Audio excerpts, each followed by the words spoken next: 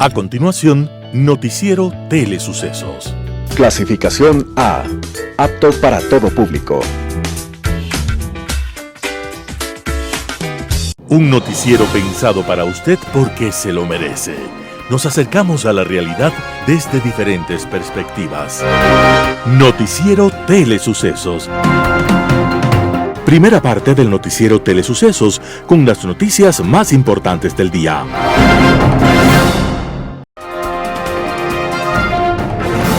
Un día como hoy. Cuentan que cuando un presidente norteamericano en el siglo XIX pidió a los indígenas que les vendieran la tierra, los nativos le contestaron: no podemos vender la tierra porque tampoco podemos vender o comprar el azul del cielo. Ni el frescor del aire ni el brillo del agua son nuestros. ¿Cómo podría alguien comprarlos? Aquel mensaje puso en evidencia que para los llamados hombres blancos, todo se compra, todo se vende, y por eso nada es sagrado, porque cuando todo tiene un precio, ya nada tiene valor. Las otras palabras del indígena norteamericano fueron: cada trozo de esta tierra es sagrada para mi pueblo. Cada playa de arena, cada niebla en la profundidad de los bosques es sagrada en el sentir de mi pueblo. Al final, aquel mensaje decía: nos marcharemos porque de no hacerlo, vendréis con vuestros fusiles y seremos masacrados. Proteged a los animales, porque lo que le suceda a los animales tarde o temprano le sucederá también al hombre. La tierra es sagrada y es la madre, y lo que ocurre a la tierra también le ocurre a los hijos de la tierra. Como tantos miles, uno de los más legendarios líderes indígenas norteamericanos, llamado Jerónimo, después de 10 años de heroica pero inútil resistencia,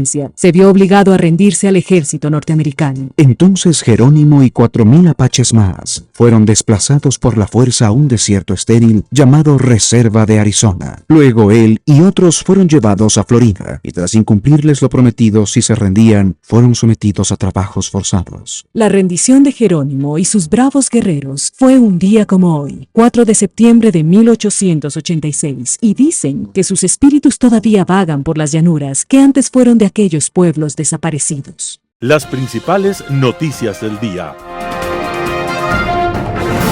Titulares. Fiscalía pide prisión preventiva para señalados en caso Fernando Villavicencio.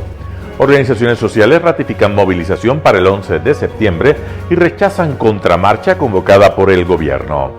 Gobierno de Ecuador aumenta el número de mujeres beneficiarias del bono 1000 días. Los editoriales serán de Rafael Ollarte, Economía y Seguridad, Hernán Pérez Luz, Garrote sin zanahorias. Noticias internacionales.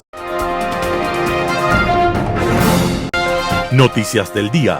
Fiscalía pide prisión preventiva para señalados en el caso de Fernando Villavicencio. La fiscal Ana Hidalgo, en la audiencia de formulación de cargos en el caso magnicidio, FB pidió prisión preventiva para los 4 sospechosos de ser los autores intelectuales del crimen del político Fernando Villavicencio. Se trata de José Serrano, Javier Jordán, Ronnie Aliaga y Daniel Salcedo. Hidalgo los acusó del asesinato de Villavicencio y dijo que existían elementos de convicción claros en su contra, ya que se habrían encargado de la planificación y el financiamiento del crimen, ocurrido el 9 de agosto del 2023. Agregó que las medidas no privativas de libertad no eran suficientes para garantizar su presencia en el juicio. Solicitó además que en el caso de Jordán y Aliaga se oficie a la Interpol para capturarlos, ya que están fuera del país. A Jordán lo calificó como autor mediato del crimen. Dijo que fue su mentalizador porque en el 2022 solicitó al fallecido narcotraficante Leandro Norero que acabara con la vida de Villavicencio. Además financió estas operaciones e incluso pagó a los sicarios contratados. Jordán se halla actualmente en Miami, Estados Unidos. Serrano, según la Fiscalía, habría sido el nexo entre los autores materiales y los servidores policiales que les avisaban de las condiciones de seguridad de Villavicencio. En este momento se encuentra detenido en Estados Unidos. Según la fiscal, Aliaga participó desde el 2022 en la planificación del crimen y ayudó en los seguimientos a Villavicencio que inició Salcedo. La condición de Aliaga como ex asambleísta lo llevó, según la fiscal, a tener acceso a aparataje operativo. Sobre Salcedo dijo que era llegado a Norero y que en el 2022 este le pidió que le siguiera los pasos a Villavicencio y él lo ejecutó con su equipo de rastreadores. Está detenido además en el Ecuador. Salcedo se encuentra detenido cumpliendo condenas por otros delitos. La fiscal pidió además que se dicten medidas de seguridad para las hijas mayores de Villavicencio, Amanda y Tamia, y para la esposa Verónica Zarauz y su hijo menor de edad. La instrucción fiscal del caso durará 90 días.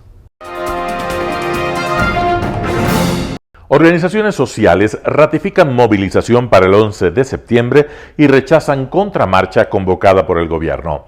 El Frente Unitario de Trabajadores, la Unión Nacional de Educadores, la Confederación Ecuatoriana de Organizaciones Sindicales Libres y más organizaciones sociales ratificaron la movilización convocada para el próximo jueves 11 de septiembre de 2025.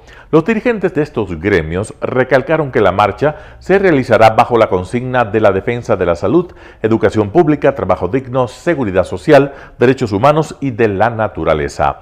La movilización está prevista para las 16 horas y partirá desde la sede del Instituto Ecuatoriano de Seguridad Social sobre la avenida 10 de agosto en el centro de Quito. Además de ratificar esta medida de hecho, en una rueda de prensa el 3 de septiembre, el presidente del Frente Unitario de Trabajadores, Edwin Bedoya, y la presidenta de la CEOLS, Marcela Arellano, rechazaron la marcha convocada por el presidente Daniel Noboa para el mismo día.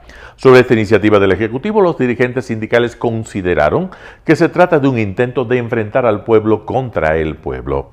Las organizaciones sociales también rechazaron la recién aprobada Ley de Transparencia Social que regula las organizaciones de la sociedad civil y fundaciones y anticiparon que se presentará una demanda de inconstitucionalidad en la Corte Constitucional. Además, se opusieron al proyecto de ley para el fortalecimiento crediticio que envió Daniel Noboa a la Asamblea Nacional con carácter de económico urgente y que se tramita en la Comisión de Desarrollo Económico.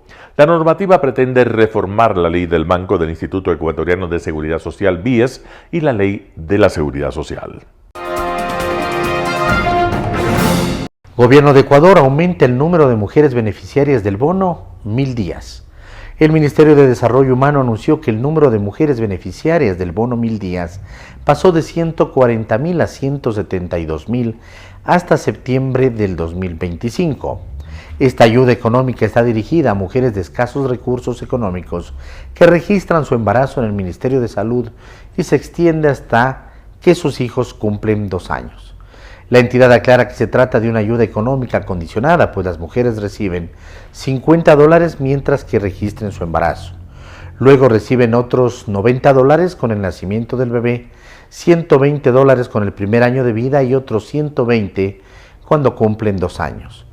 Estos incentivos se reciben con las condiciones de asistencia a controles de salud e inscripción temprana en el registro civil, dice el ministerio.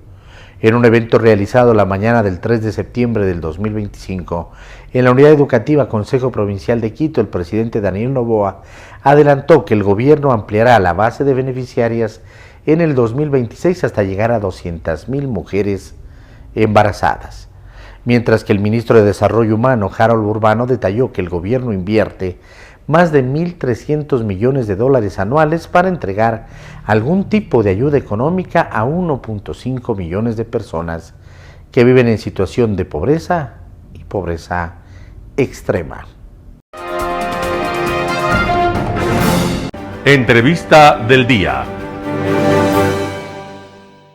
En Radio Sucesos estuvo Julio José Prado, ex ministro de Producción, el tema del que habló: los beneficios del TLC entre Ecuador y Corea del Sur. Escuchemos lo que dice.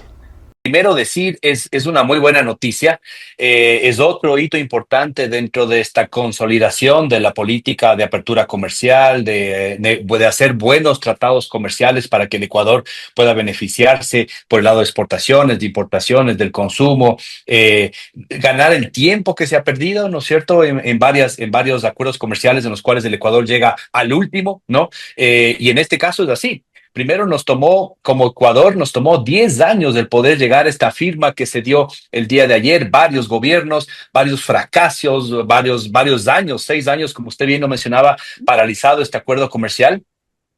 Y el Ecuador es el último país de la costa del Pacífico de América que se une a un acuerdo comercial con Corea del Sur. Esa es la realidad, pero bueno, es tarde, pero llegamos finalmente a este hito importante.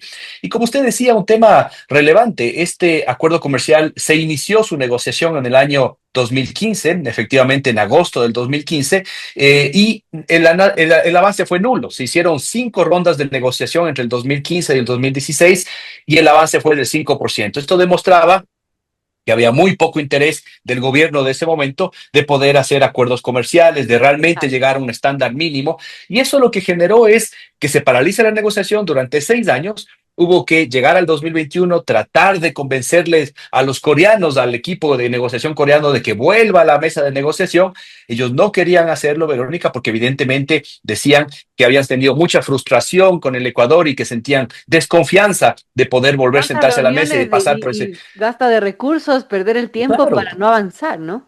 claro, claro. Y en la cultura cualquiera, digamos, pero en la cultura asiática y coreana, una cosa como esa se toma con mucha seriedad, digamos, mucha diplomacia. Entonces, bueno, cuando yo me senté finalmente en enero 2022 con mi contraparte, el ministro de Comercio Exterior, lo que dijo es, ¿por qué deberíamos creerle al Ecuador que ahora sí quieren negociar? Y nos dimos un plazo de un mes. Y le dije yo en ese momento, muy claro, por Zoom, le dije, déjenos demostrarle con nuestro equipo comercial, en ese momento el viceministro de Comercio Exterior, Daniel Legarda, que fue posteriormente ministro, y un excelente equipo negociador que ya estaba negociando con varios de otros países, le dije, déjenos demostrarle que es un nuevo equipo, que es una nueva visión económica, un nuevo gobierno, y el hecho es que en febrero del 2022 iniciamos formalmente la negociación, fueron 4 rondas de negociación, y después de esas 4 rondas logramos llegar al 100% de este acuerdo comercial ya negociado y finalmente el gobierno del presidente Noboa en este caso ya lo que ha hecho es poder firmar este acuerdo y de aquí entrará, digamos, a la parte formal que es ir a la Corte Constitucional, que la Corte revise el texto. Yo no veo que vaya a haber ningún problema ahí para que pueda ser aprobado, porque ya todos los temas que habían de problemática sobre el tema de inversiones y arbitraje internacional ha sido eliminado de este acuerdo comercial, lastimosamente, porque así reza nuestra Constitución y no había cómo negociar este tema. Y después irá a la Asamblea. Es decir, yo creo, Verónica, que en el lapso de unos 5 a 6 meses, en el peor de los casos, deberíamos entrar ya con este acuerdo ratificado al inicio del próximo año. Así es el proceso. Un hito sin duda. Cuéntanos, Julio José, cómo fue el proceso, porque entiendo que las negociaciones en estas rondas que se dieron no fueron fáciles precisamente con Corea del Sur. ¿Cuáles eran los temas quizás más álgidos que se trataron, más difíciles y que finalmente llegaron a buen puerto? A ver, el equipo negociador de Corea, te puedo decir ahora, Verónica, que es yo creo que el más duro que hemos enfrentado en estas negociaciones, porque al mismo tiempo recordarás, estábamos negociando con China, ¿no es cierto? Y se llegó también a un buen cierre, pero uno pensaría que China quizás es muy fuerte, muy dominante y demás, pero ellos en realidad tenían un mandato incluso político de poder cerrar rápidamente las negociaciones y lo hicimos prácticamente en un año, ¿no? Las negociaciones con China. Con Corea del Sur es un equipo muy, muy experimentado en las economías más abiertas del mundo. Este acuerdo comercial, que se llama CECA, digamos, como lo llaman en Corea, este TLC, tiene la característica de que es el TLC de más alto estándar que ha negociado el Ecuador, mucho más alto que el de China, mucho más alto que el de Costa Rica y más alto porque es muy moderno que lo que se negoció, por ejemplo, y más comprensivo, más amplio que el que se negoció con la Unión Europea, por ejemplo, ¿Qué ¿no? lo hace diferente Entonces, a otros acuerdos o por qué lo mencionarlo hace, como de sí, alto lo hace diferente porque son 23 mesas de negociación. Se negocia absolutamente, aquí sí se negocia todo. Reglas de origen, procedimientos aduaneros, medidas sanitarias, temas de comercio, evidentemente, de ida y vuelta, que lo vamos a conversar en un momento más, temas de servicios financieros, telecomunicaciones, comercio digital, compras públicas, política laboral, temas de tratados comerciales también, disposiciones sobre servicios, propiedad intelectual. Este tipo de cosas no se negociaron con la China, por ejemplo, porque nos enfocamos en un acuerdo comercial puramente, digamos, que eso era lo que nos iba a permitir cerrar con la China, pero con Corea sí nos fuimos al más alto estándar. Esto es bueno, aunque significó que la negociación fue dura, es bueno porque significa que cuando el Ecuador quiera comenzar a negociar con otros países de la OCDE, ¿no? Los países más desarrollados del mundo o países asiáticos, Singapur, Japón, Indonesia en el futuro, cualquier otro, pues podemos comenzar con este estándar y decir, ya llegamos al estándar que nos pide Corea, ese es el mínimo necesario para comenzar a avanzar. Entonces, es un buen acuerdo, bien negociado. Patricia Borja, experta en seguridad social, habló en Radio Sucesos sobre el proyecto económico urgente de reformas al BIES. Vamos con la nota. Este proyecto de ley, que ha sido denominado como Ley de Fortalecimiento y Sostenibilidad Crediticia, que ha sido calificado como urgente en materia económica, plantea por una parte reformas a la ley del Banco del Instituto Ecuatoriano de Seguridad Social, pero adicionalmente plantea reformas a la Ley de Seguridad Social. En el comunicado que fue publicado desde la cuenta de X, por ejemplo, de la Secretaría General de Comunicación, se anunciaba como algunos puntos principales de este proyecto de ley, y si me permite, voy a comenzar refiriéndome al último punto, muchas gracias, relacionado, según el comunicado, con el fortalecimiento institucional del IES. ¿Qué es lo que constaba en este comunicado? Lo que constaba es que, por una parte, se había identificado un mecanismo de financiamiento para el proceso de designación de los vocales del Consejo Directivo. Se refiere a los vocales principales y suplentes de asegurados y de empleadores, que son dos de los tres integrantes del Consejo Directivo. Pero adicionalmente, lo que señalaba es que se establecían mecanismos de control para la gestión de los directivos del Instituto Ecuatoriano de Seguridad Social. Eso, pues, realmente parece bastante interesante, pero vamos a ver qué es lo que dispone o qué es lo que está siendo planteado por el proyecto de ley.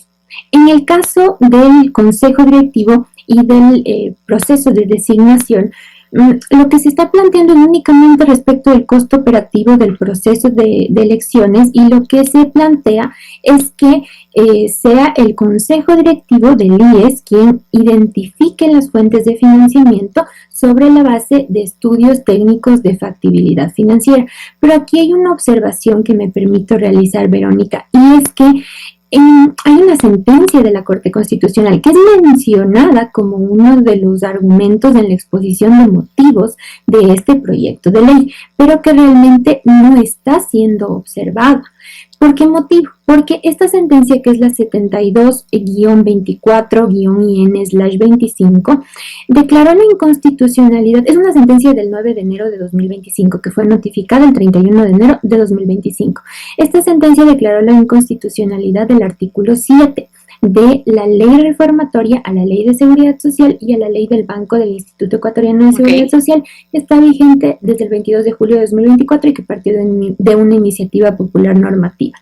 Al declarar la inconstitucionalidad, la Corte le dispuso al señor presidente de la República que en 6 meses presentara un proyecto de ley que regula el objeto del artículo 7, que fue declarado inconstitucional y que se refería al proceso de designación de los vocales principales y suplentes de asegurados y empleadores, incluso el costo operativo. Y que para presentar este proyecto de reforma de ley se identificara en el proyecto la fuente de financiamiento, pero sobre la base de estudios técnicos de factibilidad financiera. Y una vez que se ha presentado, la Asamblea Nacional tendría 6 meses más para tratar este proyecto de ley y aprobarlo, porque la Corte señala es un tema totalmente relevante porque se trata de la integración del máximo órgano de gobierno del IES.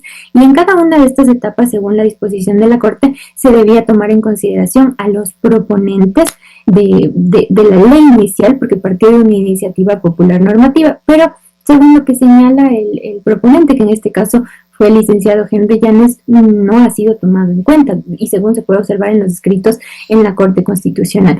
Pero hay un detalle adicional, y es que dentro de esta causa, el caso número 72-24-IN, que dio lugar a esta sentencia de la Corte, se puede observar en el buscador de la Corte, porque es información pública. Se puede observar que en julio, inicios de julio de este año, dentro del plazo, el señor secretario general jurídico de la Presidencia de la República presentó un escrito en la Corte. ¿Qué dice este escrito? Este escrito contiene una petición de modulación de efectos de esta sentencia de enero de 2025 para que se considere la extensión de un tiempo prudencial para elaborar el estudio de factibilidad financiera, porque los 6 meses, pues, al parecer no han sido suficientes.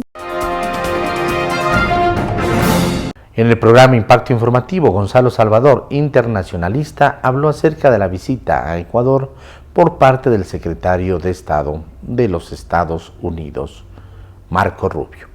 Escuchemos lo que opina.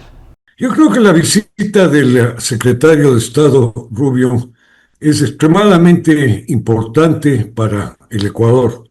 Esta es la segunda vez que visita a dicho alto funcionario el Ecuador. Antes lo hizo en el periodo del presidente Guillermo Lasso como senador. Él fue quien impulsó varias iniciativas a favor del Ecuador en el Congreso de los Estados Unidos y siempre ha manifestado su simpatía por el país, ¿no? Indudablemente ahora viene en una posición mucho más elevada, la del secretario de Estado, visita que ha sido precedida por una misión del Congreso bipartidista del Congreso de los Estados Unidos, que se entrevistó con varias autoridades de carácter civil y militar del Ecuador. El ministro de Defensa en particular. Yo creo que la agenda del secretario de Estado es bastante más amplia que el tema Venezuela, ¿no? Indudablemente, nosotros como Ecuador tenemos un serísimo problema con el tema narcotráfico.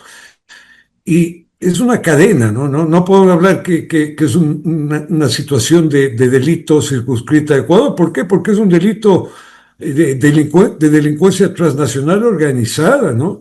Que viene desde prácticamente, lleva una cadena que es México a través de los carteles de México, en este caso, pues, Jalisco Nueva Generación, el otro cartel de Sinaloa, que estuvo manejado durante muchos años por el Chapo Guzmán, que a su vez trabajan con los carteles colombianos, con los tantos grupos irregulares que hay en Colombia, muchos de ellos disidentes de la FARC, etcétera, y eso a su vez trabajan con los grupos de delincuencia, narcodelincuencia organizada acá en Ecuador, que son los que en última instancia, los que despachan la droga, y llámese a través de buques rápidos, ya sea a través de la costa o a través de la vía de Galápagos, en menor medida ahora desde que tenemos el acuerdo de interceptación aérea por vía de avionetas, y naturalmente son estos grupos los que además trabajan con las mafias europeas, la mafia albanesa, las mafias italianas, la 'Ndrangheta, Camorra, etcétera, etcétera,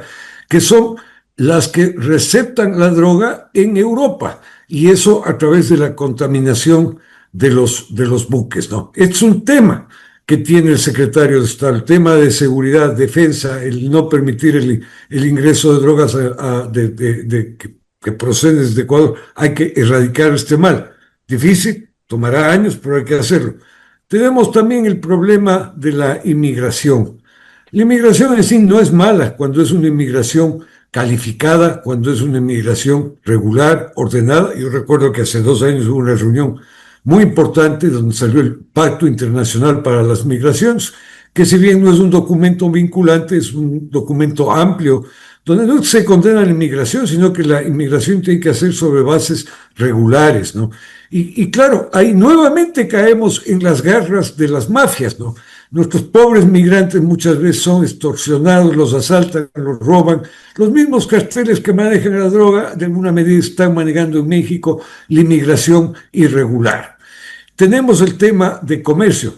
Para Ecuador es muy importante este tema comercial ahora que el presidente Trump impuso sobretasas arancelarias a todos los países del mundo, ¿no? En el caso de Ecuador se nos ha impuesto una tasa sobre arancelaria del 15% sobre los aranceles. En el caso de Perú es 10%, en el caso de Colombia es 10%. Entonces ahí tenemos una desventaja con nuestros directos competidores o vecinos, como puede ser el caso de Centroamérica. En el caso del banano, ellos tienen tasas del 10, salvo Costa Rica, que tiene el 15, pero son 5 puntos. En el caso del camarón tenemos 15, más las tasas regulares. En definitiva, se encarece, ¿no? Producto que, si bien nuestra competencia es asiática, en el Asia las tasas sobre arancelarias son más altas. Podrá sobrevivir el camarón en Ecuador, sin embargo va a ser extremadamente caro y se corre el riesgo de que haya una reducción de consumo, y esos países que tienen altos aranceles van a desviar a mercados donde Ecuador está exportando actualmente, ¿no? Un panorama de noticias para su estatura intelectual.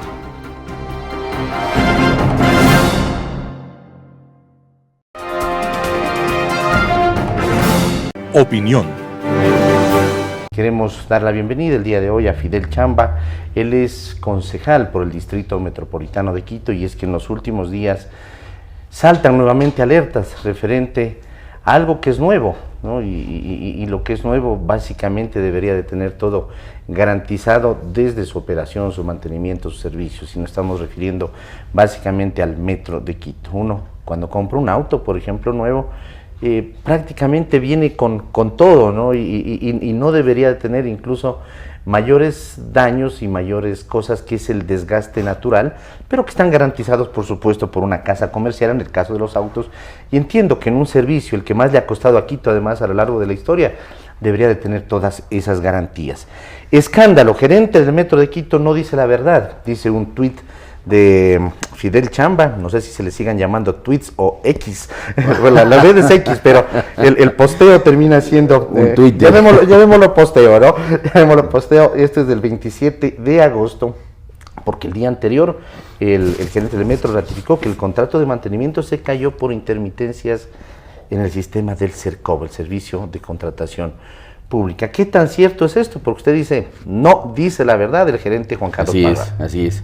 David, bueno, un abrazo grande a quienes nos están viendo este momento. Por Quito TV, David, siempre los mejores augurios a ti y a la familia gentil, y a todos quienes hacen el canal. Efectivamente, David, yo quiero partir de un principio que siempre le he comentado desde que tú muy gentilmente nos has invitado acá.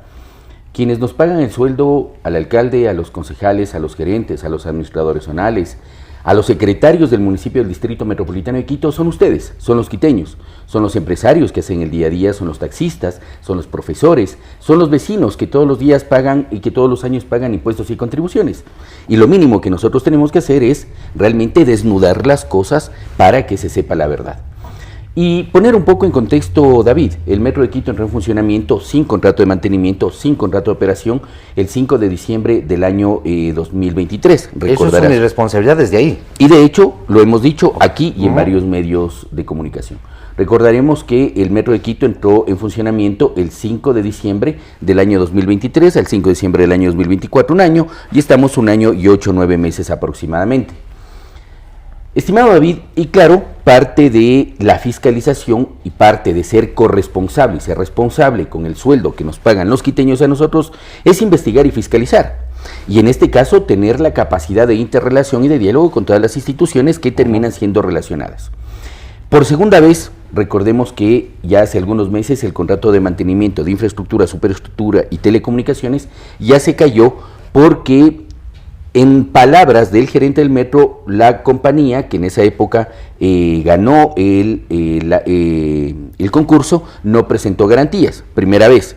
En esta segunda ocasión, el martes de la semana pasada, el gerente del metro viene al Consejo Metropolitano y nos dice de manera totalmente irresponsable y negligente que supuestamente el contrato se había caído porque, teniendo desde el 7 al 14 de agosto para dar respuestas a las preguntas de los oferentes, ellos comienzan a subir, David, y aquí lo puede ver, no sé si se ve ahí. Después lo vamos igual a hacer caraja, nos van a dejar una copia de esto. Ellos comienzan a subir las respuestas el 14 de agosto a las 6 de la tarde, cuando tuvieron desde el 7 al 14. Que bueno, que por última instancia uno diría, bueno, es parte del procedimiento, se lo puede subir. Sin embargo, como esta información yo ya la había obtenido extraoficialmente, el 21 de agosto, estimado David, y ustedes lo pueden ver aquí, el 21 de agosto, justamente yo me dirijo al señor licenciado José Julio Neira Hanse, director del Servicio Nacional de Contratación Pública, CERCOP, y le pregunto, David, con el objeto realmente de que se nos diga la verdad. Y le pido que por favor, en virtud del expuesto, siendo consciente del límite y de mis competencias, por supuesto, porque yo no fiscalizo al CERCOP, yo fiscalizo a las entidades del municipio, y le pongo, solicito muy gentilmente se me pueda proporcionar la información que me permito detallar a continuación. Primero, el reporte técnico detallado sobre el estado del sistema SOCE el 14 de agosto del 2025. ¿Por qué? Porque en la resolución que emite el Metro de Quito respecto de cancelar el proceso, dice que el 14 de agosto se dañó el sistema, más claro. El SOCE es el sistema donde sube en este caso toda la información. En este caso tenía que subir el Metro de Quito para que luego entren los oferentes a concursar. De acuerdo. Entonces, en la resolución dice justamente, ¿sabe qué? Se cayó el sistema. Y por eso yo le pregunto y le digo al señor director del CERCOP, reporte técnico detallado sobre el estado del sistema SOCE el 14 de agosto del 2025. Y B, historial completo de incidencias 2025-075-750, incluyendo fecha y hora, registro, actuaciones del equipo de soporte diagnóstico técnico de las causas, estado de la resolución. 2 cosas puntuales se le pide. Y claro, yo esto lo hago el 21 de agosto del 2025 y el día 27 de agosto del 2025 recibo la comunicación oficial por parte de la directora de atención al usuario, persona capacitada y responsable de dar contestación. Y mira qué es lo que nos dice, estimado David. Cabe indicar que se verificó la bitácora de eventos SOCE en la que consta que el día 14 de agosto del 2025 no se presentaron novedades, es decir, no se encontró inconvenientes en el sistema. Por lo tanto, lo que dijo el gerente de que supuestamente se había caído el sistema fue mentira. Es falso. Y esto llega el 27, al otro día del 26, que es donde él se presentó a decir que había intermitente. Totalmente. ¿No? Y de hecho, claro, cuando yo recibo esta comunicación, la recibo minutos antes de una entrevista, segundos antes de una entrevista en un medio de comunicación. Entonces, claro, yo lo expongo y de manera inmediata he denunciado públicamente que lo que nos dijo el gerente del metro, no a nosotros, David, a ti, a las personas que nos están viendo este momento en el programa, al señor taxista, a la persona que hace uso del metro todos los días. Lamentablemente, sí, de esta manera tan descarada nos miente el gerente, vuelvo a decir, no a mí, sino a todos los quiteños. Razón, desde esa perspectiva, estimado David, la situación es lamentable, no solamente por los quiteños, sino porque este tipo de gerentes no pueden estar ocupando estos cargos. Si miente, ¿qué es lo que pasó? O sea, nunca subieron al portal, a este SOCE, el tema del... O sea, mira, es tan grave la situación que hay una comunicación oficial de parte del CERCOP. Por lo tanto, y recordemos que el CERCOP, como el ente que administra el sistema justamente de subida de información por parte de los oferentes. Cuando usted dice en el tuit, desde el 7 de agosto estaba habilitada la plataforma para subir la información, pero la entregaron a última hora, eso significa que el sistema abre un espacio de tiempo donde tiene que subir, en este caso, totalmente el municipio de Quito, el metro de Quito, la respuesta. La respuesta. Sí, me permito ponerlo en contexto. Mira, el Sistema Nacional de Contratación Pública tiene 3 etapas cuando tú eres oferente. Si yo soy oferente del Estado, yo tengo tres etapas. La etapa precontractual, contractual y postcontractual. Dentro de la etapa precontractual, el Metro de Quito, cuando lanza un concurso público, lanza en este caso, los términos de referencia o las especificaciones técnicas. Estos términos de referencia llegan a ti como oferente y tú sobre esto tienes dudas, puedes tener dudas. Estas dudas tú las mandas ya sea por mail o por el sistema. Estas 16 preguntas tú coges y dices, a ver, señor Metro de Quito, no sé, ¿sabe que en las especificaciones técnicas que usted me comenta hay este valor, mientras que podría ser este valor? Estas respuestas, el Metro de Quito tenía que haberlas contestado desde el 7 de agosto al 14 de agosto. En esa ventana. En esa ventana de tiempo. Días prácticamente. Pero entonces, ¿qué es lo que puedo pensar yo como concejal y qué es lo que podemos pensar los quiteños cuando se dejó pasar del 7, 8, 9, 10, 11, 12, 13 y el 14 de agosto a las 6 de la tarde comienzan a subir la información? Y dicen, hay intermitencias, no podemos subir, es la justificación después. Hasta por un principio básico de prolijidad, pues. Tú no dejas las cosas a última hora porque sabes que cualquier cosa te puede ocurrir a ti.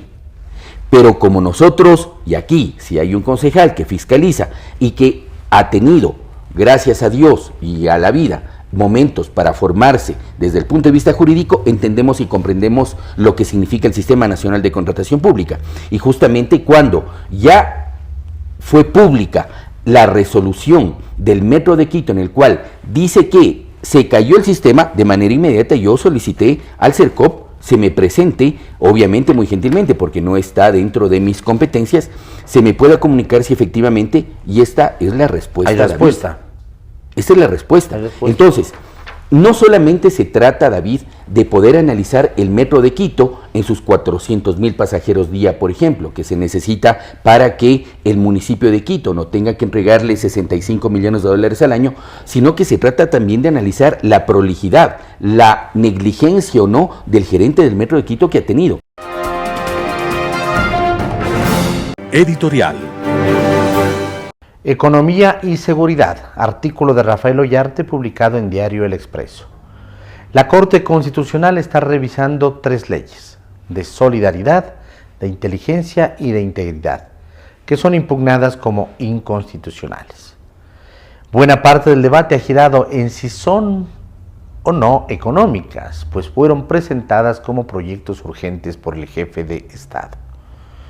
Que esa sea parte principal de la discusión es llamativo, pues esos proyectos no entraron a regir como decretos leyes, que es la consecuencia por no debatirlos en el plazo constitucional de 30 días, sino que fueron aprobadas por la Asamblea, es decir, son leyes comunes y silvestres. Cosa distinta es, insisto, abusar de la calificación de urgente, forzando su carácter económico, porque no se tiene votos para su aprobación legislativa, presentándolo por esa vía para que entre a regir como decreto. Una inconstitucionalidad formal no necesariamente condena a la ley a su expulsión, sino que puede generar la orden de que se corrija el trámite. ¿Qué se podría enderezar si los proyectos tuvieron la iniciativa, los debates parlamentarios, la votación necesaria y la sanción presidencial? Se debe considerar que la relación entre la seguridad y lo económico es tan directa que ello incluso se reconoce en la Carta de Derechos y Deberes Económicos de los Estados. En un ambiente de violencia, inseguridad y de dominio delincuencial, las labores productivas se reducen y esa disminución afecta uno de los más grandes ingresos públicos, el tributario. Además, la destrucción de emprendimientos por vacunadores, por ejemplo, acarrea una espiral negativa que llega a la pérdida de empleos.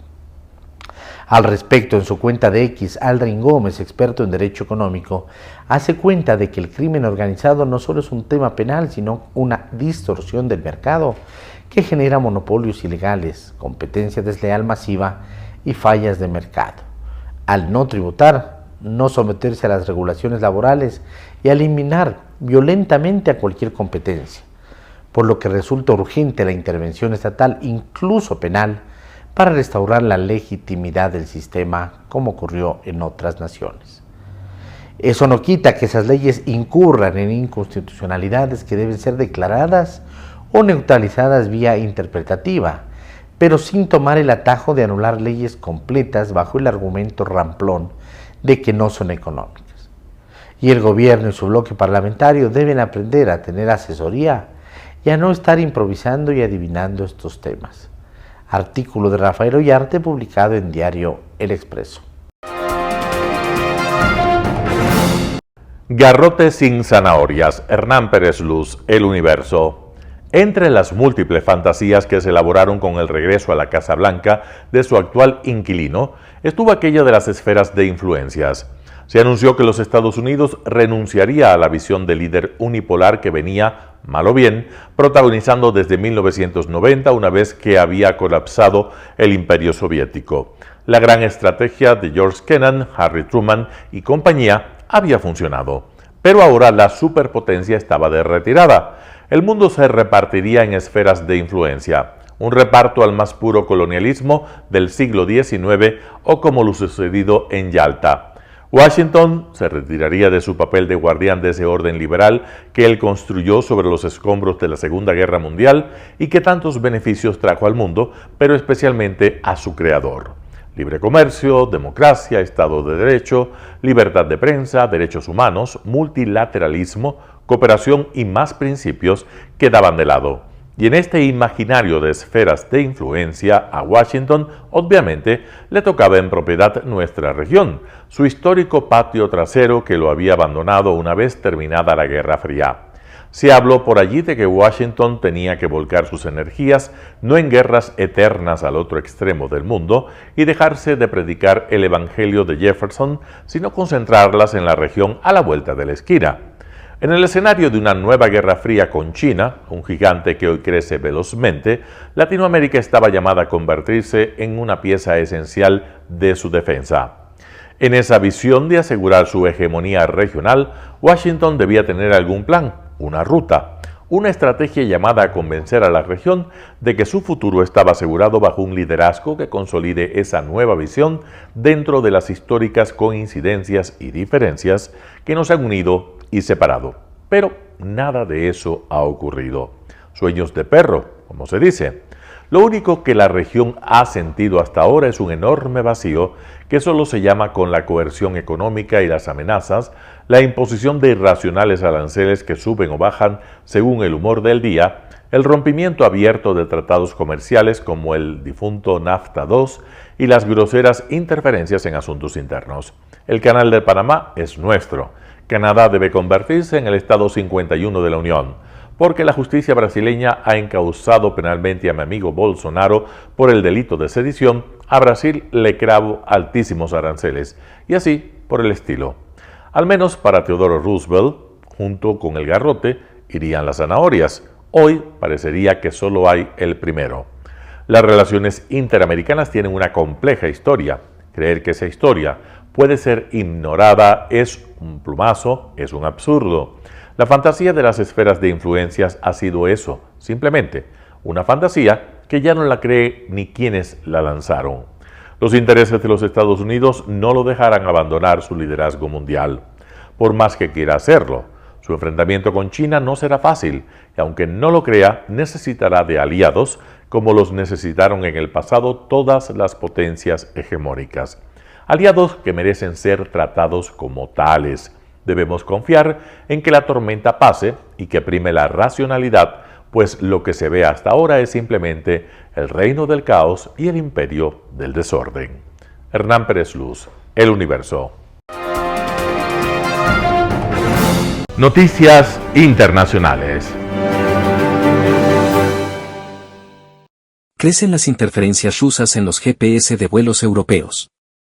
Europa experimenta un recrudecimiento de peligrosas interferencias en el sistema de posicionamiento GPS hacia el este y el entorno del Mar Báltico, especialmente cerca de aeropuertos e infraestructuras críticas. El avión en el que viajaba la presidenta de la Comisión Europea, Ursula von der Leyen, el pasado domingo al aterrizar en Bulgaria, sufrió interferencias. Las autoridades búlgaras sospechan de interferencias rusas como una nueva forma de guerra híbrida. Since the beginning of the war, of the invasion of Ukraine by Russia, so since February 2022, there has been a considerable and very notable increase in GNSS jamming and recently spoofing occurrences in Bulgaria and in the eastern flank from Finland to Cyprus, impacting EU aircraft and vessels.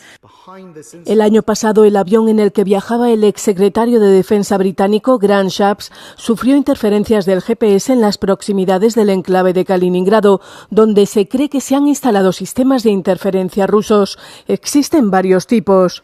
GPS jamming is basically creating radio noise to override the receiver from receiving any information from a satellite signal. That is usually what is understood as GPS jamming. GPS spoofing is more manipulative. It involves injecting false signals to give the receiver misleading information, whether it's navigation information, position information. Se trata de una técnica de guerra híbrida o guerra electrónica utilizada por Rusia. It has been used to harass, intimidate neighboring countries. In the north of Norway, in Finnmark, there's been lots of GPS jamming of ambulance planes, and of forestry operations. Los pilotos están formados para hacer frente a este tipo de situaciones y conocen métodos de navegación alternativos. Sin embargo, el comisario de Defensa Andrius Kubilius ha declarado que la UE aumentará el número de satélites en órbita terrestre baja para detectar mejor las interferencias.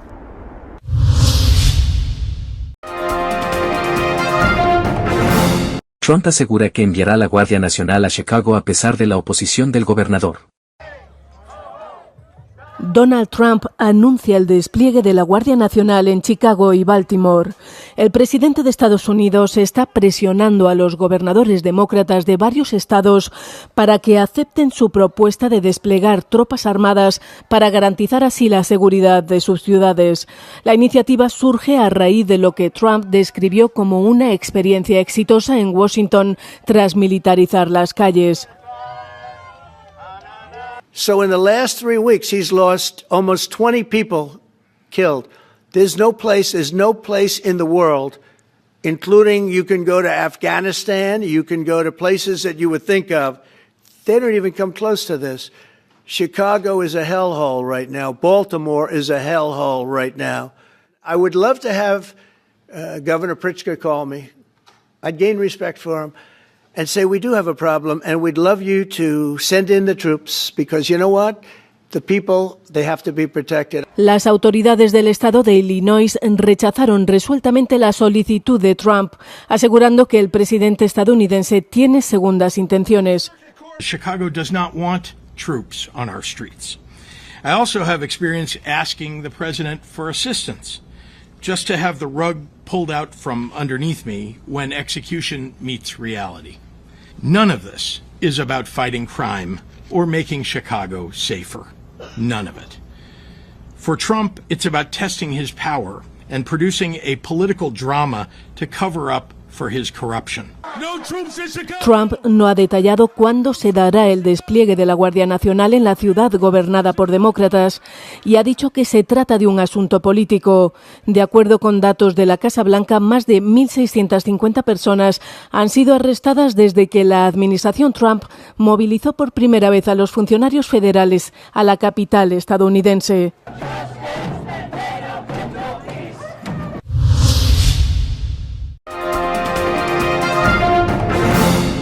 China muestra fuerza militar en el 80 aniversario del fin de la Segunda Guerra Mundial. China exhibe su poderío militar en un desfile cargado de simbolismo político, exhibiendo flamantes misiles, tanques y cazas de última generación nunca vistos. En la parada militar que conmemoraba el 80 aniversario de la victoria china sobre Japón en la Segunda Guerra Mundial, el intimidante arsenal chino incluyó un nuevo misil balístico intercontinental, drones submarinos y armamento láser.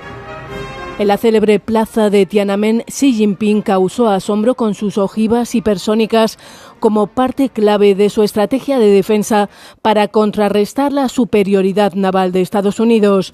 El líder chino elogió a las Fuerzas Armadas y presentó a Pekín como una fuerza imparable. Con este desfile, China pone de manifiesto el impulso modernizador del Ejército Popular de Liberación que está llevando a cabo el gigante asiático. Xi ha invertido miles de millones en el desarrollo de su armamento.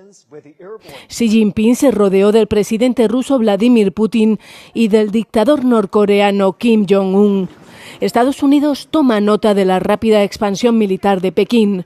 En una acalorada publicación en su red social Social Truth, Donald Trump acusó a Xi Jinping de estar conspirando contra Estados Unidos junto a Vladimir Putin y Kim Jong-un.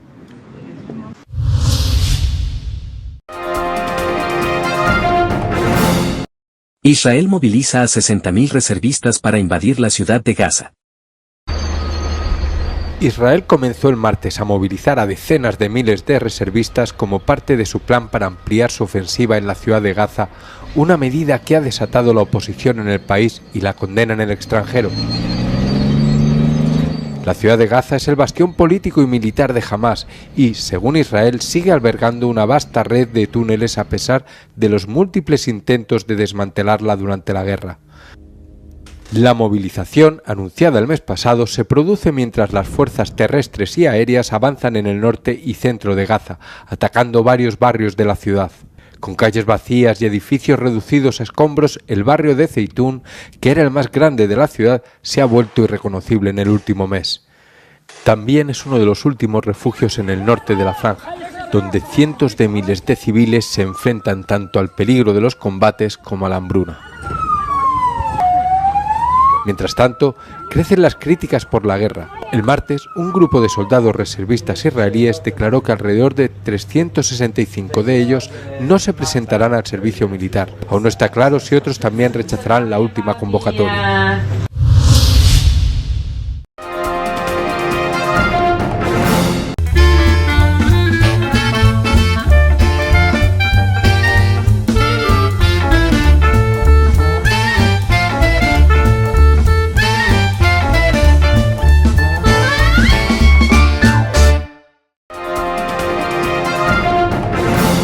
Telesucesos Sports. Deportes, deportes, deportes. Todas las tardes, 4 horas de lunes a miércoles, de 14 a 17 horas. Los jueves y viernes, 6 horas, de 12 a 20 horas. Desde Arena Telesucesos. Transmisiones en vivo, siempre Ecuavoley. Y luego, deportes para recordar. Todas las tardes, deportes en Telesucesos Sports, bajo la dirección del arquitecto David López. La visión objetiva de quien vive el deporte. Sucesos deportivos, visión de un equipo de opinión joven de comunicadores. Telesucesos, llegamos con nuestra señal a los sectores populares de nuestra ciudad. Quienes no tienen televisión por suscripción atenderán nuestra señal sin costo en Canal 29 UHF Telesucesos. Siempre ecuatorianos, resaltamos nuestra identidad. El básquet, esgrima, tenis de mesa, taekwondo, box y muchos deportes más en Telesucesos Sport, sin costo desde la comodidad de su hogar en Telesucesos Canal 29. Arena Telesucesos es una importante y funcional edificación cubierta dispuesta para la práctica y desarrollo de eventos del Ecuavoley. Si deseas asistir a los encuentros en vivo de Ecuavoley, comunícate con nosotros a los números de teléfono 2021-224 o al 0989-973-725. Ven con tu familia y amigos a vivir la emoción del Ecuavoley. Emoción sin límites los días jueves y viernes desde la comodidad de su hogar. Resaltamos nuestra identidad como ecuatorianos iniciando transmisiones en Telesucesos del Ecuavoley, que representa, luego del fútbol, el deporte más popular de nuestro país y el que practican los ecuatorianos residentes en muchos países del mundo. Nuestra señal será transmitida en directo por televisión abierta en la ciudad de Quito y a través de las redes sociales a todo el país, así que llegará a Estados Unidos, España e Italia, creando a través del Ecuavoley un nexo fraterno entre ecuatorianos y entre los inmigrantes de nuestro país. Anuncie en Telesucesos Sport y llegue con nosotros a lo más importante del deporte popular. Telesucesos, con sus transmisiones, jerarquizará esta práctica deportiva, convocando importantes competencias de Ecuavoley dentro y fuera del Ecuador. Llegando con deportes no atendidos por los medios de comunicación que han concentrado su acción en el fútbol. El tenis, box, golf, racquetball llegarán a su pantalla de televisión en tiempo real a través de Canal 29 UHF, competencias que podrán ser atendidas a través de Facebook, YouTube y vivir los encuentros deportivos en directo y en tiempo real. Esté atento a nuestros horarios especiales de transmisión los fines de semana y feriados. Usted y su familia disfrutarán desde la comodidad de su hogar de las emociones del Ecuavoley, deporte tan nuestro. Somos inéditos y para ello disponemos de un escenario cubierto propio, Arena Telesucesos, desde donde transmitimos nuestros encuentros masculinos y femeninos de este deporte. Simple y gratuito. Llama a nuestros números de contacto 2021-224 o al 0989-973-725 y regístrate como invitado especial para nuestros eventos en vivo. Arena Telesucesos, el escenario cubierto para la práctica del deporte 100% ecuatoriano, el Ecuavoley. Telesucesos es un canal de televisión que incorpora a su programación manifestaciones culturales y deportivas que marcan la identidad de nuestro país. Consideramos que el Ecuavoley es una manifestación deportiva con partida de nacimiento popular y nombre propio ecuatoriano. Arena Telesucesos, funcional espacio cubierto para la práctica y desarrollo del deporte. Arena Telesucesos, el escenario para campeones. Arena Telesucesos atiende deportes de su preferencia: básquetbol, tenis de mesa, esgrima, taekwondo, fútbol sala, box, halterofilia. ¿Cómo llegar? Nuestras instalaciones se encuentran en el norte de la ciudad, en un sector de gran crecimiento y desarrollo urbano al que se accede a través de la vía E35, más conocida como la Avenida Panamericana Norte. Desde el centro comercial El Portal, a 2 kilómetros a la derecha, se encuentra la calle García Moreno, antiguo camino a Llano Grande, una arteria en la que se desarrollan dinámicos comercios.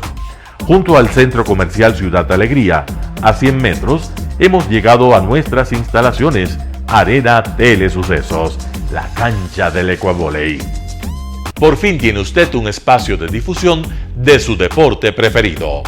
Telesucesos, el canal de televisión siempre inédito.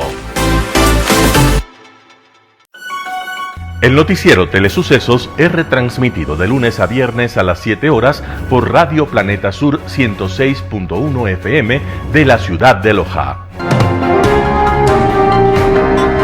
Noticiero Telesucesos.